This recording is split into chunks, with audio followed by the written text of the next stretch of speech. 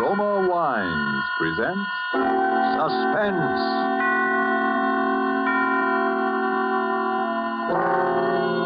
Roma Wines, made in California for enjoyment throughout the world. Salud! Your health, senor. Roma Wines toast the world. The wine for your table is Roma Wine, made in California for enjoyment throughout the world. This is the man in black, here for the Roma Wine Company of Fresno, California, to introduce this weekly half hour of Suspense. Tonight from Hollywood, Roma Wines bring you Joseph Cotton in a suspense play called Sneak Preview, which tells of a rather remarkable adventure experienced by that noted director of screen thrillers, Frank Henderson. And so, with Mr. Henderson's by far stranger-than-fiction story, as related and enacted by Joseph Cotton, we again hope to keep you in suspense. Go ahead, please, Mr. Henderson. This all began, you say, 2 weeks ago? Yes, that's right. I just finished the final cutting and dubbing on my newest picture, Escape to Destiny. Think you'll like it, by the way. Lou Ellis... Yes, go on. Well, I took the film east with me, and the first day I got there, we ran it in the projection room for a few of the boys in the New York office. They seemed to like it pretty well, which, of course... Ruth, now that it's all over, and we're safe... Yes? Well, there's one thing that still worries me. What's that? It's... Ruth... Will you marry me? Darling, that's the one thing I've known the answer to from the very beginning.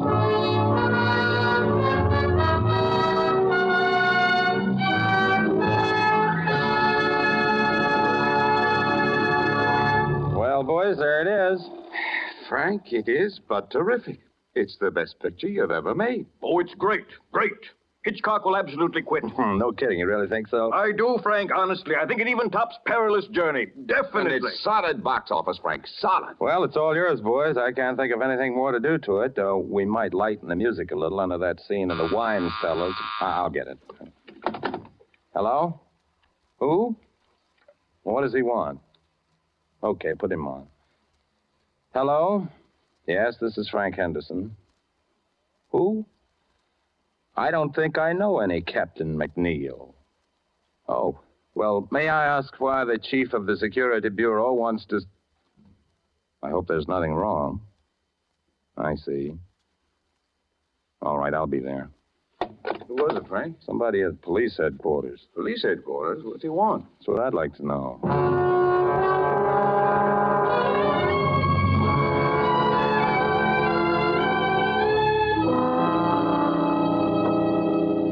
Well, Mr. Henderson, my secretary tells me you were a little mystified. Well, a little, I guess. You never heard of any Captain McNeil? Oh, no. It was just that I didn't think to connect you with the Captain McNeil. Very nicely put, Mr. Henderson. Very nicely put. But you don't need to explain. There aren't so many people as you'd think who'd ever heard of any Captain McNeil. An undercover agent isn't very much good if everybody knows him. No, is he? I guess not. Mr. Henderson, when I heard you were going to be in New York, I just couldn't resist meeting you. You see, Mr. Henderson, I'm probably your greatest living admirer. Well, thank you. I guess I've seen every picture of yours since the first one you directed, most of them 3 or 4 times. I'll have to remember you in my will. You know, you'd have made a first-class professional detective. I'm not so sure about that. There's a lot of difference between fact and fiction, I guess. Not so much. I've always followed the reasoning in your pictures with complete agreement. Well, I'm glad to hear that. Yes, but with one exception. Huh? What was that? I couldn't go along with you there. It was in your 5th picture, Murder in the Morning. You remember near the end of the picture where the killer has the detective and his pal at gunpoint in an empty room? I remember. The friend is allowed to leave. He's helpless anyway, unless... And here was the point. Unless the detective is able to get over certain vital information to the friend in the presence of the killer, but without his knowledge. You remember? Sure. And when the friend is leaving, the detective hands him his hat. Mm-hmm. And inside the hat band, he slipped a piece of paper with the information on it. Is that what you mean? Exactly. And that's where I disagree. Although I realize it probably wasn't your fault. Probably the writer or the producer. Oh, no. As a matter of fact, that was my own idea. It's too simple, too unimaginative, if you'll forgive me the word. No intelligent criminal would allow a thing like that to happen right under his nose. But the way the thing was done, I thought... Even so, how is the friend to know that this paper is under his hatband? Oh, well, you see... It isn't something you'd likely to notice. You don't look under your hatband every time you put on your hat. I know, but it's far too fetched. It's not true to life. It's fiction. Excuse me a moment. Hello? Yes? Yes, I see. I'll be down in just a few minutes. Pardon the interruption. Oh, not at all, Captain. I really ought to be going. I've kept you too long now. Mr. Henderson, I wonder if you're interested in real crime. Real crime? Have you ever seen an actual murderer? Well, you do make me feel like an amateur now. No, to tell you the truth, I never have. Come on, then. It might give you an idea. It's down the hall. As a matter of fact, I've never seen this particular murderer myself. But you know he is a murderer? Sure. Not much like a character in one of your pictures, though. There's nothing romantic or exciting. Was he clever? Oh, yes, indeed. His career has been 20 years. There's never been enough evidence to convict him. There isn't even a photograph of him. Here we are. But if you don't know any more than that, what charge are you holding him on? Charge? You don't need any charge when you hold him here. There he is. Oh, dead. Dead, at last. How did he die? Shot in the back. We found him in Central Park. Well, there you are. Gregory Sarko. Murderer, spy, drug addict, and about everything else in the book. Know who killed him? Who knows? Who cares? There are plenty of people who'd have been happy to do it if they dared. I suppose he had identification on him. Sure. Bank book, wallet, a few inconsequential papers. Is that all? That's all. Oh, a little money, a handkerchief, a tin of aspirin. Aspirin? Sure. Criminals have headaches just like other people. It was aspirin, I suppose. We professionals may not be romantic, Mr. Henderson. We are thorough. Oh, cool. Yes, it was aspirin. I remember you saying he was a drug addict. So that was all he had on him, huh? That's right. Nothing very sensational or exciting. No clues. What about that bank book? Was it in his own name? Oh, he had a lot of names. Gregory Sarko was the one in the bank book. His own, by the way. Why? Because a perfectly crazy notion has just entered my head. For a new picture? It could be. But, well, here am I in New York. Little time on my hands, and, well, the guy intrigues me, that's all. A dead man intrigues you? His life intrigues me, sure. Finding out more about it intrigues me. What's the difference? The guy's dead. What have I got to lose? Well, now, I don't to say it's likely, Mr. Henderson, but it's possible, just barely possible, that you might lose your life.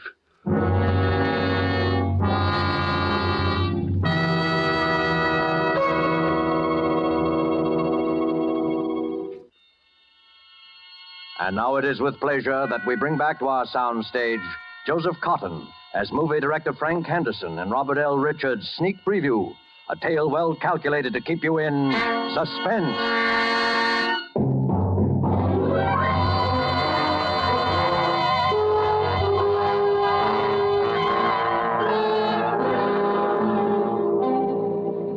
I'm not an adventurous or even a particularly courageous man, and yet suddenly I found myself engaged in what might possibly, as the captain had said, be a fairly dangerous occupation. I pored for hours over Captain McNeil's file on Sarko, even persisting in the face of a sudden and somewhat mysterious reluctance on the part of the captain to have me do so. The next thing I did was to inquire at the bank which had issued Sarko's bank book and found out exactly nothing. I was pretty discouraged and about ready to quit when I went back to my hotel that evening.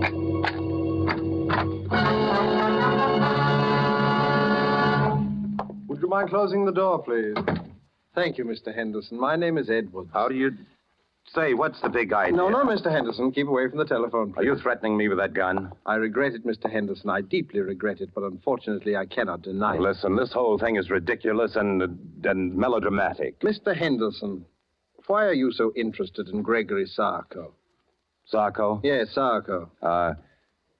Just what, if you will forgive a B-picture expression, is your racket? Racket? Oh, no, Mr. Henderson. I just like to make money, that's all. Look, Mr. Edwards, or whatever your name is, if it's any of your business, and I don't see that it is, my interest in Sarko is simple curiosity. I was talking with a Captain McNeil at police headquarters. He showed me his file on Sarko. Of that much I'm quite aware, sir. Well, if you know so much, what are you doing up here acting like a suspense radio character? It may sound silly to you, but it was just that I'd never seen a murderer before, alive or dead, and when I saw Sarko's body at police headquarters, I got interested. Mr. Henderson, would you mind repeating that? I said I got interested. No, you said you actually saw the body of Sarko? Sure. What's so terrific about that? Did you see his face? Of course. What did he look like? Iron gray hair, dark eyes. Yes. Mr. Henderson, we simply must reach an understanding. You've no idea what possibilities this opens for me. Well, I'm no mind reader. Mr. Henderson, may I have your word that you will do nothing unreasonable if I put away this gun? Okay. Thank you. I must administer my eye drops. My eyes are very bad. Perhaps you've noticed. I thought you might have a cold. No, nothing so simple, unfortunately. Congenital weakness. There we are. Now, Mr. Henderson, my interest in all this is very sordid, I'm afraid. Money, to the extent of, shall we say, $300,000. Oh, nice tidy little sum. Half of that sum could be yours, Mr. Henderson. You'll forgive me if I don't jump at such a handsome offer without knowing a little more about it. I might have realized, I suppose, that mere lucre was not paramount to one of your position. Let's leave paramount out of this. Yes. But, Mr. Henderson, it so happens that I can put you in the way of quite a bit of rather special information about Sarko. I shall write several of them down for you here. That's just fine. Write several of what down? Names, addresses, places where you can discover what you want to know. Okay, what's the catch? Mr. Henderson, you must trust me. What do you want? I want very little. But when you've seen these people, and when what they tell you suggests that there is still more to know, come to see me. I've written that address down, too. Good night, and good hunting.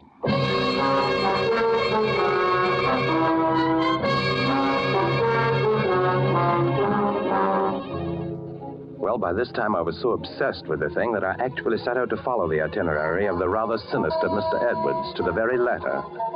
There was a man serving a life term at Sing Sing. His name was Coletti. Well, it didn't used to be so healthy to talk about Sarko, but seeing he's dead, yeah, I know him pretty well. Did you ever do any business with him? Yeah, we had one little deal. He helped me in some business I had with Senator O'Malley. Do you remember him? He was chairman of the Foreign Affairs Committee during the disarmament conferences after the last war. That's right, until 1927. Was that the year you and Sarko had your business with him? Oh, that's right. That was the year he was assassinated, wasn't it? Yeah. It was quite a coincidence, Mr. Henderson. Quite a coincidence.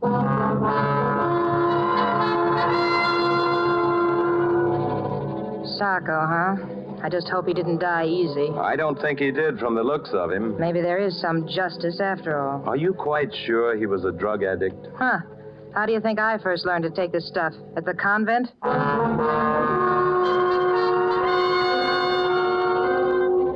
Yeah, there is one guy who might talk. I never seen him, but they called him Eddie the Greek. He used to hang around Doyle's gambling place.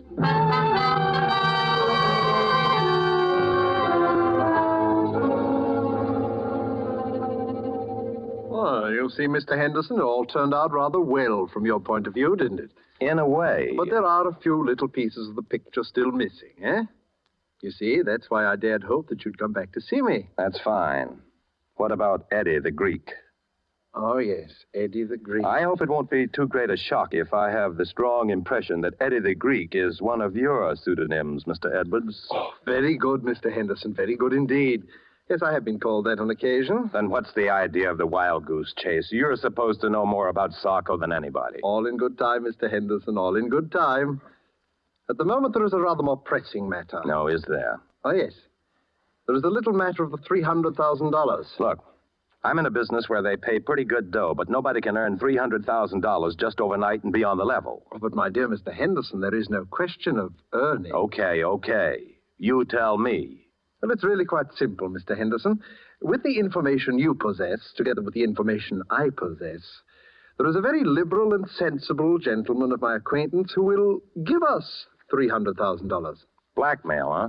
Oh, but what possible objection can you have to the transfer of $300,000 from the pocket of one scoundrel to the pocket of another? None, I guess, except that I just don't want to have any part of it. Oh? Not even if it meant your coming into the possession of the final, and I might say the most sensational part of your missing information about Sarko? Hmm? How do I know you can supply it? Oh, I have something here at my desk which I think you might consider sufficient proof. Oh, yes, here it is. A photograph. But before you look at the face, read the writing across the bottom, please. To my good friend Gregory Sarko from Count Orlando Montecero. He's a quite famous Spanish gentleman, except that lately he's been engaged in some really very subversive activity in South America. Another face, please. But it's Sarko. Rather, shall we say, it is the man whose body you saw at police headquarters. But are you positive? Of course I am. Would you be so good as to write a few words to that effect across the face of the picture? Why? Because I must be sure. And even on our brief acquaintance, Mr. Henderson, I know that you would not write anything above your signature that was not absolutely true. Sure, if it'll make you feel any better, it is true. Here. Ah. So, now you see it, Mr. Henderson. You saw this body, you alone, except for one or two police officers with whom I confess it is a little difficult for me to deal. And the body is not that of Sarko. And the real Sarko? Is alive and quite well, I'm happy to say, and here in New York. How could I meet him? Oh, you will meet him, Mr. Henderson, when he pays us the $300,000.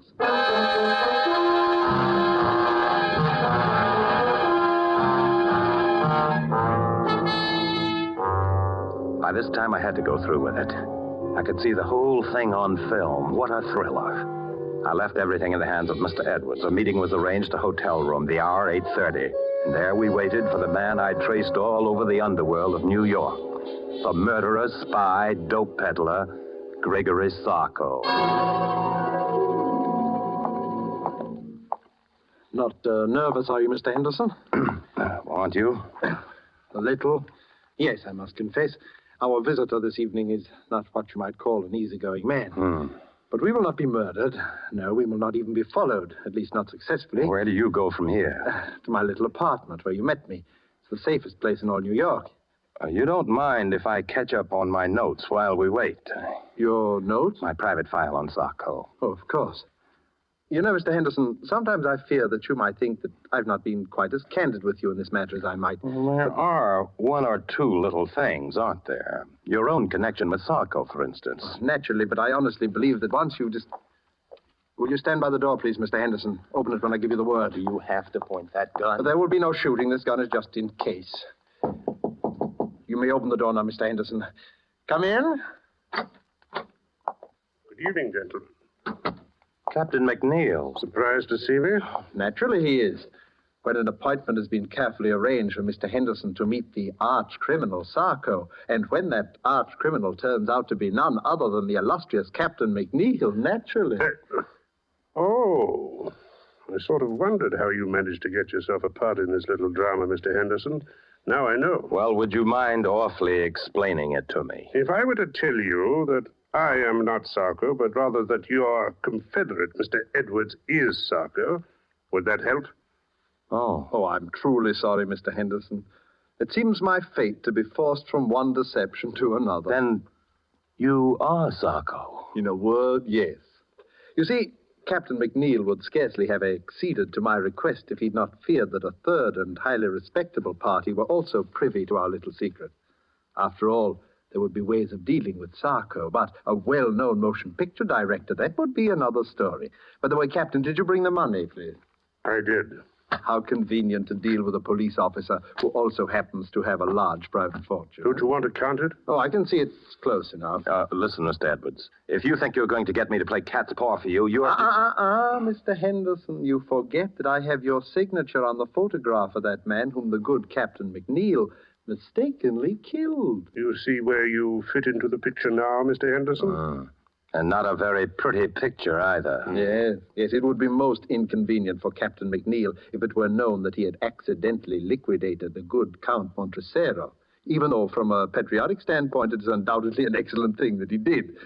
But there might even be international complications, might there not, Captain? Ah, Mr. Henderson, if I'd only resisted the temptation to show you that body. If only you had, Captain McNeil. You'll forgive me, gentlemen, if I administer my eye drops. My eyes seem to grow worse as my fortunes grow better. And you'll forgive me if I leave now? Perhaps someday there'll be another meeting. It could happen. Yes, who knows? Your hat, Captain McNeil. Thank you. Good night. So you're the great Sarko, eh, Mr. Edwards? You see why I could not tell you before. Believe me, I wish to, if only because your interest was so flattering. You know, he'll catch up with you someday, Mr. Edwards. Captain McNeil? Not as long as I can prove that he killed Count Montresero. By the way, was that just a sort of happy coincidence for you, or was it? Not quite. I had done some business with the Count which had turned out rather badly. Oh, he was a pure Nazi agent, without doubt. In any event, I was in difficulties with the fellow, and I persuaded him that he could secure some very valuable information if he would appear in New York as Sarko, which he was unwise enough to do. And then you tipped off Captain McNeil that Sarko was in town. You're a pretty clever boy, aren't you, Mr. Edwards? Thank you, Mr. Henderson, thank you. And now may I suggest that we return to my little flat? We? Under the circumstances, Mr. Henderson, I believe it would be safer for both of us.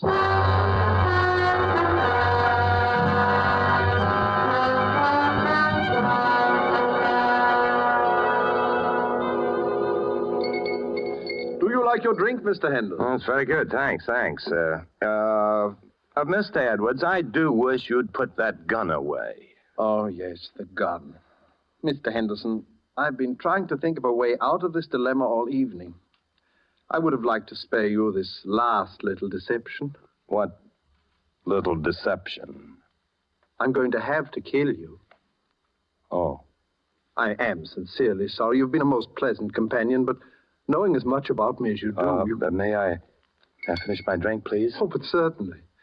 And now, if you'll excuse me for a moment, my eye drops are in my coat in the hall. Oh, by the way, it's useless to try to escape, Mr. Henderson. This is the only way out, and the windows are barred with steel shutters. Thank you for the information. Edwards! Edwards! Dead. Captain McNeil. I take it that someone has just liquidated our friend Sarko, or Edwards, as you prefer. So it would seem. Did you see it happen? No. Did you have much trouble finding your way here? None whatsoever, Mr. Henderson. I'm afraid I have a little confession to You make. don't need to. But I do. You remember the matter of the information on the piece of paper slipped under the hatband? The thing in your picture that I disagreed with? I remember. I apologize. It's a highly practical device.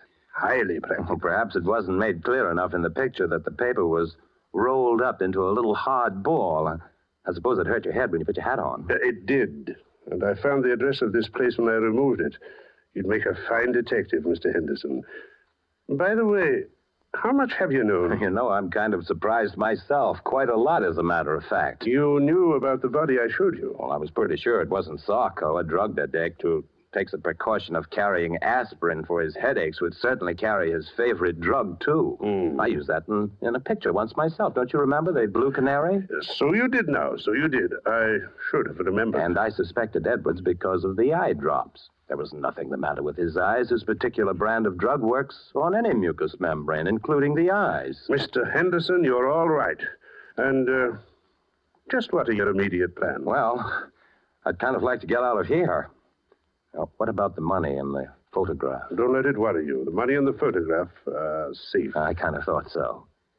And I suppose we can safely leave to the regular police force the question of who killed Sarko. I think we can. If I knew who, I'd sort of like to thank him. He did save my life, you know. And if he knew you, I'm sure he'd want to thank you as well, because, in a way, you also saved his life.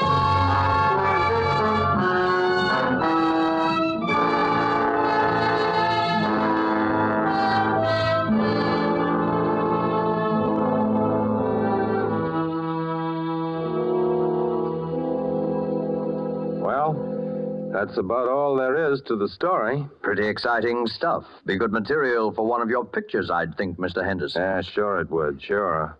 For that dumb studio of mine, I called a big meeting just before I left New York, and I told this story, changing a few names and places, of course. And what happened?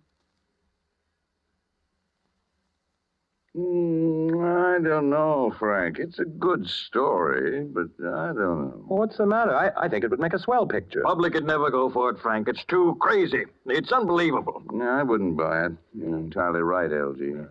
Don't make sense, Frank. A thing like that couldn't happen. Couldn't happen. Look, I'm telling you that Too arty, entirely too arty. Wouldn't gross a dime. And by the way, Frank, I wanted to talk to you about the new release. Where have you been? Me? Yeah, the last time we saw you, you beat it out of the projection room to see some cop, and nobody's heard a word from you for 2 weeks. Where you been? Me? Oh, I've been around.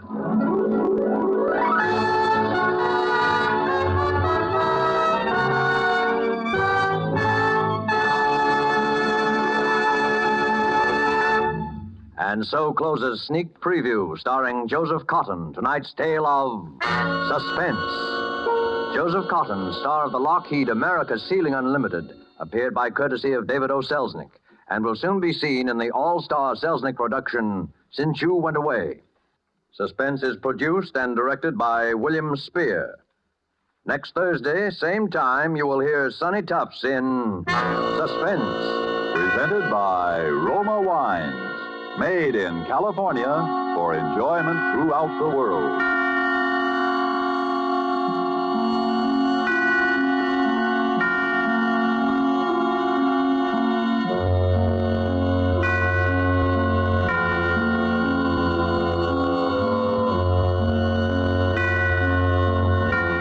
This is CBS, the Columbia Broadcasting System.